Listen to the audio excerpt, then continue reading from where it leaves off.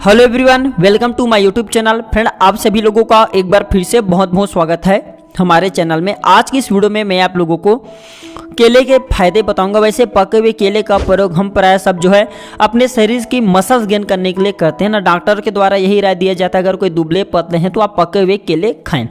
तो केले दोस्तों हर दृष्टि से बहुत ही परिपूर्ण होता है, हमारे तमाम तरह की बीमारी को ठीक करने का काम करते हैं। तो आज मैं आप लोगों को केले के पौधे के फायदे के बारे में बताऊंगा, जैसे कि केले के फूल किस काम में आता है, केले के फल किस काम में आता है, इसके पत्ते का प्रयोग किस बीमारी में किया जाता है। तो मेरे चैनल में शुरू से लेकर के आखिरी तक के बने रहे। देखिए, केले का प्रयोग प्राचीन काल से चिकित्सा की दृष्टि से किया जाता है। कई स्थानों में केले के पत्तों में भोजन भी ग्रहण करने का विधान आज भी है। बहुत से लोग जो है केले के पत्ते में भोजन डाल करके खाते हैं, बिछा करके खाते हैं। तो बारी बारी से इसका फायदा बता रहा हूँ, किसी पेन कॉपी में नोट करके रख ले। चलिए सबसे पहले जानते हैं केले के फूल के बारे में।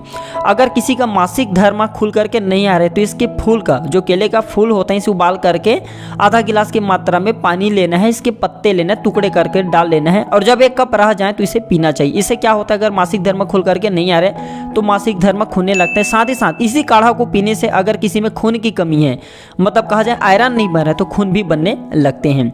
इसके बाद चलिए मैं इसके पत्ते का प्रयोग बता देता हूं। तो केले के पत्ते को आंख के ऊपर बांधने से अगर आंख में आपके दर्द होते हैं, नेत्रदाह होता है, वह ठीक हो जाता है। नक्सीर के लिए भी केले के पत्ते का रस निकाल करके 1 से 2 बूंद नाक में डालने से जो नक्सीर की बीमारी होती है, यानी गर्मी बढ़ने के कारण नाक फूट आते हैं, वो भी ठीक हो जाते हैं। इसके बाद कर्णशूल में, माने कान दर्द में, तो लहसुन लेना होता है और आर्दक लेना होता है, सहजन लेना होता है और मूली लेना होता है और केले के पत्ते जो रस लेना होता है। ये सबको मिला करके 1 से 2 बूंद कान में डालना होता है गर्मा करके।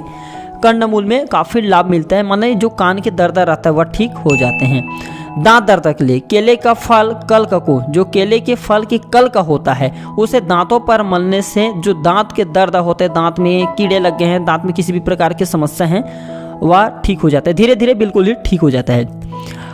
इसके बाद दोस्तों जो केले होता है ना, ये मासिक धर्म के लिए सबसे बेस्ट होता है। ठीक है, केले के 5 से 10 ml जो पुष्प होते हैं, इसके रस को 20 से 50 ml दही मिला करके खाने से जैसे कि मासिक धर्म रुक नहीं रहे, बहुत ही ज़्यादा ब्लीडिंग हो रहा है, वो भी रुकने लगते हैं। कृमि के लिए, जैसे पेट में कृमि आ गए छोटे बच्चों में या कभी कभी बड़े बुजुर्गों में आ जाते हैं, तो केले की जड़ का काढ़ा बना करके 10 से 15 ml की मात्रा में पिलाने से जो आंत में कृमि आ गए वह ठीक हो जाते, मर जाते हैं। मूत्र क्रीच में, जैसे कि मूत्र खुल करके नहीं आ रहे हैं या मूत्र में किसी भी प्रकार की समस्या आ रही है, तो 500 ml आपको लेना है पानी। 500 ml पानी में इसके जो जड़ होता है 2 चम्मच की मात्रा में सुखा करके पाउडर डाल करके इसे गर्म कर लेना है और 100 ml जब पानी रह जाए तो पीना होता है, मूत्र खुल करके आने लगते हैं। लेकिन यह प्रयोग करने के पहले किसी अच्छे वैद्य के दिशा निर्देश में ही रह करके ये उपाय करना चाहिए।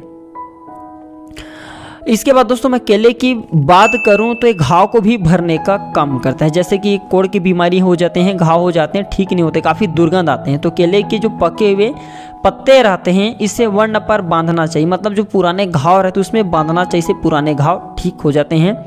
और साथ ही मैं आप लोगों को बताना चाहूँगा, अगर जो कच्चे केले का प्रयोग करते हैं तो इसमें हर प्रकार की विटामिन प्रोटीन्स पाए जाते हैं। खासकर ये गर्भवती महिलाओं के लिए सबसे बेस्ट होता है। जो लोग जिनके शरीर में खून की कमी होती है तो केले का सब्जी खाना चाहिए, शरीर में खून की कमी को पूरा करने का काम करते हैं। जो लोग दुबले पतले हैं तो प्रतिदिन कम से कम 2 केले खाना खाने के बाद खाएं, आपके दुबलेपन दूर हो जाते हैं। केले के वैसे बहुत सारा प्रयोग करते हैं, सब्जी के रूप में प्रयोग करते हैं बहुत सारे बीमारी को दूर करने में, जिसके बहुत से हिस्से का प्रयोग करते हैं। आने वाले कभी नेक्स्ट वीडियो बना करके मैं आप लोगों को बता दूंगा। तो आज के लिए बस इतनी ही जानकारी। वीडियो देखने के लिए आप सभी मित्रों का बहुत बहुत धन्यवाद। आपका दिन शुभमय हो। नमस्कार।